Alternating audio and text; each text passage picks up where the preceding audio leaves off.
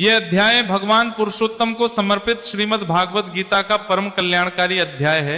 इसका श्रवण करने मात्र से मनुष्य के अनेकों संकट दूर हो जाते हैं, मन की शांति प्राप्त होती है और भगवान श्री पुरुषोत्तम के कृपा से आपके जीवन की बाधाएं दूर। ये अध्याय पुरुषोत्तम मास में यूं तो प्रतिदिन सुना जाना चाहिए, जो प्रतिदिन ना सुन पाए वो इन विशेष तिथियों पर इसका लाभ अवश्य ले।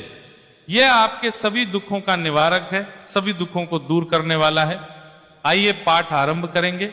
आपसे निवेदन है कि वीडियो गीता के अध्याय का है तो एक बार लाइक अवश्य कीजिएगा, जितना हो सके शेयर कीजिए, जिससे कि सभी लोग इसका लाभ ले सकें। चैनल पर है तो सब्सक्राइब कर लीजिए। ये अधिक मास बंधुओं, हमारे जो सामान्य वर्ष चलते हैं उनमें 365 दिन हम लोग गिनते हैं, हर महीने में 30 दिन हम लोग गिनते हैं, पर वो 30 पूर्ण हो नहीं पाते। कुछ समय अनुभव और उसका बड़ा गहरा रहस्य है कि कुछ कुछ उनका अंश रह जाता है। इसलिए हमारे जो 12 महीने हैं, उन 12 महीनों में राशियां होती हैं, उन राशियों में भी सूर्य आते हैं। हर महीने एक संक्रांत होती है, हर महीने सूर्य राशि परिवर्तित करते हैं, ऐसा सब रहता है।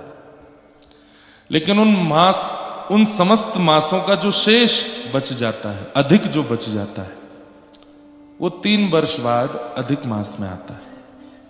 अधिक मास में संक्रांत नहीं आती, अधिक मास में कोई राशि फल आदि कुछ भी विशेष नहीं बताया जाता। ये अधिक है, जो 12 में से अधिक रह गया 3 वर्ष में, वही एक मास बन करके आ जाता है और उसी को अधिक मास कहते हैं। परंतु हिरण्यकश्यप के वध का मूल कारण यही मास बना, जिसके कारण कई लोग इसे मलमास कहने लगे। पर ठाकुर जी की कितनी करुणा है कि वो किस पर करुणा करते हैं। हम मानवों पर ही करुणा करें, जीवों पर ही करुणा करें, कीट पतंगों पर ही करुणा करें, देवताओं पर करुणा करें, राक्षसों पर करुणा करें, कैसे करुणा करें, वो मासों पर भी करुणा करते हैं। जब देखा कि बेचारा अधिक कोने में बैठा रो रहा है, क्यों? कोई शुभ कर्म नहीं होते, कोई शादी ब्याह नहीं होता, कुछ भी नहीं होता अधिक मास में। अधिक है। आप कोई अगर पंचांग में पंडित जी से कोई मुहूर्त नहीं, कोई मुहूर्त नहीं मिलेगा आपको। अधिक मास में कोई मुहूर्त नहीं होता। सब कहेंगे 1 महीना बाद, इसमें कुछ भी नहीं। कितने करुणावतार हैं ठाकुर जी कि उस मास के उस कष्ट को नहीं सह पाए और ठाकुर जी ने उसको स्वीकार करके नाम परिवर्तित कर दिया। अब से तुम अधिक नहीं हो, अब से तुम मल नहीं हो, अब से तुम पुरुषोत्तम हो। बाकी मासों में तो एक मुहूर्त निकलेगा, पर तुम में तो हर दिन मुहूर्त है। लेकिन संसार के विषयों का मुहूर्त नहीं होगा, भक्ति का मुहूर्त होगा। इस मास में यदि कोई व्यक्ति हरि नाम लेना प्रारंभ कर दे और मास पर्यंत अगर हरि नाम लेवे, भगवान नाम लेवे, राधा नाम लेवे, युगल नाम लेवे, गुरु मंत्र का जाप करे, तो उसके अंदर किंचित भक्ति का प्रकाश हो ही जाएगा। इस मास की प्रधानता है। जैसे शुभ घड़ी में आपने व्यापार शुरू किया तो व्यापार लंबा चलता है, अच्छा चलता है। शुभ घड़ी में आपने विवाह किया तो आपका विवाह अच्छा चलता है। शुभ घड़ी में आपने कोई अच्छा कार्य किया तो वो कार्य अच्छा होता है। भक्ति की इससे बढ़िया शुभ घड़ी नहीं है। लेकिन ये आती 4 साल में है, अधिक मास। बहुत गौरव होता है मुझे, बहुत कभी कभी ऐसा आनंद जैसा लगता है जब ये अनुभव करता हूं कि मैं मुक्तिनाथ में हूं, आप सबके साथ यहां कथा सुन रहे हैं। मुक्तिनाथ दुर्गम है, यहां सब नहीं आ सकते। बड़भागी हैं जो यहां आ गए। आधे से ज्यादा लोग जिनका रजिस्ट्रेशन हुआ नहीं आ पाए। किसी का विमान नहीं उड़ा, किसी के घर में कोई कष्ट आ गया, किसी के कुछ पीड़ा, कुछ पीड़ा, कुछ पीड़ा। एक भाई तो हमारा प्रेमी बेचारा, वो बीच रास्ते में अटका है 3 दिन से। 11 किलोमीटर गाड़ी आगे बढ़ ही नहीं पाती है, फिर खराब हो जाती है, फिर वापस, फिर निकलते हैं, फिर खराब हो जाती है, फिर वापस। कल तो बेचारे वो मुझे बता रहे थे सब कि बहुत भावुक हो रहे हैं, मेरा क्या अपराध हो गया, मैं क्यों नहीं पहुंच पा रहा हूं। पोखरा, वो तातो पानी करके एक स्थान आता है, वहां फंसे हैं बेचारे, उनकी गाड़ी ही नहीं बढ़ रही है, बंगाल से आए हैं गाड़ी चला के। हमारे आधे से ज्यादा तो कई लोगों के सामान उन्हीं के साथ हैं। हम पोखरा से आ रहे थे तो हमने 2 पंडित जी से कहा कि हम आपको छोड़ जाते हैं, पीछे वो एक गाड़ी आ रही है बंगाल से, उसमें आप दोनों आ जाना। कल वे हमको बोले आप बढ़िया छोड़ के नहीं आए हमको। कहने का अभिप्राय, जो लाइव देख रहे हैं और जो नहीं आ पाए वो कहीं इस बात का बुरा नहीं मानिएगा कि हमारा पुण्य नहीं था क्या जो हम नहीं पहुंच पाए। ऐसा नहीं है, सबका समय निश्चित है, उससे पहले आपको कुछ नहीं मिलेगा। हां, हम बड़भागी अपने आप को मान सकते हैं कि हमको अब मिल गया, हम यहां आ गए, पहुंच गए। और ये साधन सिद्ध से नहीं प्राप्त होता।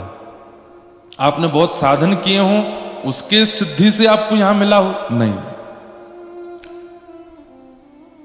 ये साधना सिद्धि, साधन सिद्धि, भक्त सिद्धि, नियम सिद्धि, इन सब का फल नहीं है, तो कृपा सिद्धि, ये उनकी कृपा है। वो चाहते हैं कि हम आए, इसलिए हम आए हैं। बाकी ना हमारी आपकी किसी की योग्यता नहीं यहां आने की। जो आ गए हैं वो बड़े भागी हैं, और जो नहीं आ पाए हैं वो अति बड़े भागी हैं। अति बड़े भागी क्यों हैं? क्योंकि हम आप सबको तो श्रम करना पड़ा यहां आने के लिए, हम आप सबको तो एक परिश्रम करना पड़ा यहां आने के लिए, पर घर बैठ के जो सुन रहे हैं उनका मुक्तिनाथ तो वहीं प्रकट हो रहा है। वहीं सुन करके, यहां की हमारी आपकी बातें सुन करके, हमारे तन पर सॉल देख करके वहां 43 डिग्री सेल्सियस है, और यहां परसों सबसे ज्यादा हाई टेम्परेचर था 11। ये हाईएस्ट टेम्परेचर था मुक्तिनाथ का 11। और एक और बात बताऊं, ये बहुत बड़ी योग्यता है मेरी और आप सबकी। ठाकुर जी की ऐसी कृपा है कि बादल नहीं हो रहे हैं यहां पे। अगर बादल हो जाएं तो आप कमरों से बाहर नहीं निकल पाओगे, सांस नहीं ले पाओगे, ऑक्सीजन लेवल बिल्कुल डाउन चला जाता है। पोखरा में 2 दिन से वर्षा थम नहीं रही है, 3 दिन से आश्रय लगाए जा रहे हैं यहां पर भी कि बादल आ सकते हैं, मौसम बिगड़ सकता है, और स्नोफॉल भी हो जाता है। जब यहां बादल बहुत ज्यादा हो जाते हैं, ठंड बहुत, तो यहां कभी भी बर्फबारी भी हो जाती है। लेकिन अभी तक तो कुछ नहीं है। सूर्य नारायण रोज आ रहे हैं। सामने धवलगिरी पर्वत है, वो 10 सबसे ऊंची पहाड़ियों में से संभवतः 4थे नंबर पर आता है। एवरेस्ट के बाद फिर कंचनजंगा है, कंचनजंगा, वैसे वो नाम तो कंचनगंगा होना चाहिए है?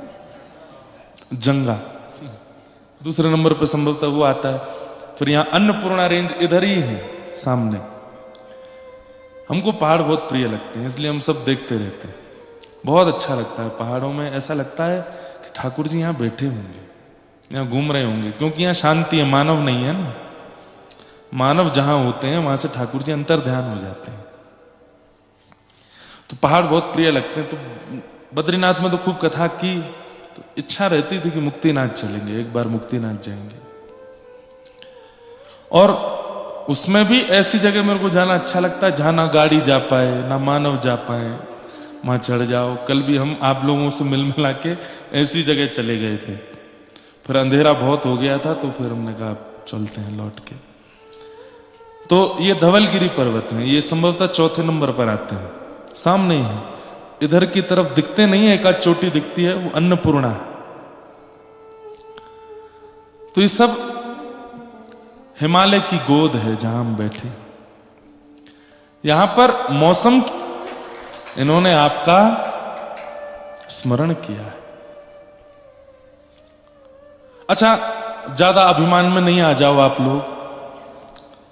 कई बार ऐसा भी होता है कि बुलाए तो राम जी थे, लेकिन लगे हाथ भरत जी भी आ गए, लक्ष्मण जी भी आ गए, हनुमान जी भी आ गए। सीता जी बोली कहां जा रहे हो, हम भी चल रहे हैं। तो मतलब अगर 1000 व्यक्ति दर्शन कर रहे हैं तो उसमें से 100 का स्मरण तो नारायण ने किया, बाकी तो उनके संग आ गए हैं। आप जा रहे हो, चलो हमको भी ले चलो, खाली बैठे क्या करें। तो बहुत फूल मत जाना अभिमान में भी, लेकिन हाँ कोई तो है। इस सभागृह में भी शायद हो सकता है कि 10-5 ही लोग होंगे, उनकी वजह से हम आ गए। मैं तो होऊंगा ही होऊंगा क्योंकि संकल्प तो मेरा ही था। हमारे हमेशा ही रहता था कि मुक्तिनाथ जाना है, मुक्तिनाथ जाना है, एक बार जाना है, वहां दर्शन करना है। मैं भी अभिमान क्यों करूं, आप में से कोई होंगे जिसका स्मरण हरि ने किया होगा और उनके निमित्त हम आ गए। जैसे प्रसिद्ध कथा कहते हैं कि पंढरपुर में भगवान कट्टी पर हाथ धर के खड़े हैं, तो किसी ने कहा कि भगवान आप पुंडलीक के लिए, पुंडलीक भक्त के लिए ऐसे खड़े हुए, आज तो ऐसे भक्त नहीं हैं, फिर क्यों खड़े हो? ठाकुर जी बोले 1,00,000 लोग दर्शन करते हैं, उनमें से एक तो है जिसके लिए मैं खड़ा हूं। उस एक की वजह से इतनों को हो जाता है, एक के लिए ही मैं खड़ा हूं, लेकिन उन एक की वजह से 1,00,000 को हो जाता है। तो दोनों बातें हैं। आपको अच्छा लगे इसलिए यह बात भी कह देते हैं कि ठाकुर जी ने स्मरण किया तब कर रहे हैं, वो जिसका स्मरण कर रहे हैं वो सामने आ रहा है। और आपको मान ना हो, अभिमान ना हो, इसलिए यह भी कह देते हैं कि कोई है जिसके लिए वो बैठे हैं, हम तो उसकी वजह से आ गए हैं, लेकिन किसी भी रूप में आ गए, बहुत बड़ी बात है। मुक्तिनाथ आना ही बहुत बड़ी बात है। यहां पहुंचना साधन सरल नहीं है, मार्ग सरल नहीं है, स्वास्थ्य वह भी अनुकूल नहीं है, समय वह भी अनुकूल नहीं है। सब कुछ अनुकूल हो जाए तो इसमें तो ये मान लेना चाहिए कि नाथ ने स्मरण किया तो ही हम आ पाए। कल हमसे कोई कह रहा था महाराज जी कैलाश मानसरोवर की डेट बता दो। मैंने कहा ना, डेट नहीं बताएंगे, बस योजना बनाते चलेंगे, व्यवस्थाएं करते चलेंगे, और जिस दिन मानसरोवर पहुंच जाएंगे वही डेट बढ़िया है। प्रयास अपना मेहनत करेंगे, पहुंचने की तिथि नहीं बताएंगे। फिर एक, अब सब ऊधमी तो है ही हमारे संग वाले, एक बोला महाराज जी एवरेस्ट कैंप, बेस कैंप पे भी करो कथा, एवरेस्ट बेस कैंप पे भी करो। अब व्यासपीठ से भूल गई है तो ये भी हो जाएगी। हमारे संगीत वाले और हमारे संघ वाले सब कह रहे हैं, बोले महाराज जी प्रणाम है आपको, दूसरी संगति बैठा लो, हमसे तो नहीं जाया जाएगा। अब एवरेस्ट बेस कैंप पे पहुंचने में लगते होंगे 5-6 दिन तो लग ही जाते होंगे, पैदल ही जाते हैं वहां तो। लेकिन हमारे लिए तो एक श्लोक है, गंधमादन यात्रायाम यत्फलम लभते नर तत्फलम लभते सम्यक गिरिराजस्य दर्शनात्। बोले कि भाई हिमालय पर जितने भी तीर्थ हैं और हिमालय पर जितने भी भगवान हैं, उन सबके दर्शन का जो फल मिलता है वो फल केवल और केवल श्री व्रजमंडल के गिरिराज जी का दर्शन करने मात्र से मिल जाता है। गंधमादन यात्रायाम यत्फलम लभते नर तत्फलम लभते सम्यक गिरिराजस्य दर्शनात्। तो हमारे तो गिरिराज जी हैं, संकल्प तो हम नहीं लेंगे, लेकिन हाँ मन में भाव लेते रहेंगे, वहां भी करेंगे, वहां भी करेंगे, वहां भी करेंगे, और कहीं नहीं भी हो पाई तो गिरिराज जी में तो कर ही लेते हैं, गिरिराज जी को तो प्रणाम कर ही लेते हैं। कल मैं बता रहा था ना, श्री गिरिराज जी यहीं से गए हैं, हिमालय से ही तो गिरिराज जी व्रजमंडल में पधारे हैं।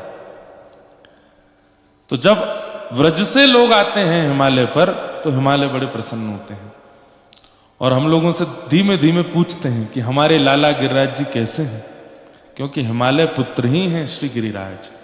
वो तो द्वापर में भगवान ने उनको अपना रूप प्रदान कर दिया, अपने सम बना दिया, अब तो वो साक्षात भगवान हैं। अब तो हिमालय भी प्रणाम करते हैं गिरिराज को, लेकिन पूर्व दृष्टि से देखा जाए तो हिमालय का ही अंश है श्री गिरिराज जी। ऐसे हिमालय को हम प्रणाम करते हैं, मुक्तिनाथ को हम प्रणाम करते हैं। 4 प्रकार की मुक्तियां भागवत में बताई गई, 5 प्रकार की। कपिल देवभूति संवाद में 5 मुक्तियां बताई गई हैं। ध्यान से सब लोग सुनो। भगवान कपिल देवभूति माता को ज्ञान उपदेश कर रहे हैं और ज्ञान उपदेश करते हुए मैया से कहते हैं, मैया मेरी 5 प्रकार की मुक्तियां होती हैं। कौन कौन सी? वो पूरा प्रसंग बहुत सुंदर है, वो पूरा प्रसंग ही सुनाते हैं। कपिल देवभूति संवाद, जिसे सांख्य शास्त्र कहते हैं, इसका एक बार हमने विस्तार निरूपण दत्त धाम नासिक में मास कथा में किया था। तो वहीं भगवान कहते हैं,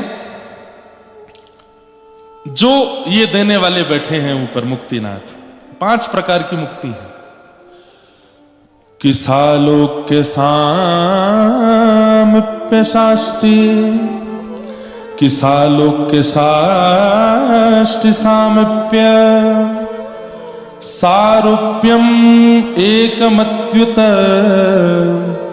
दीयमानं न गृह्णन्ति, बिना मत सेवनम जना। सबसे पहली मुक्ति क्या है? तो कहते हैं सालोक्य, भगवान के लोक की प्राप्ति हो जाना।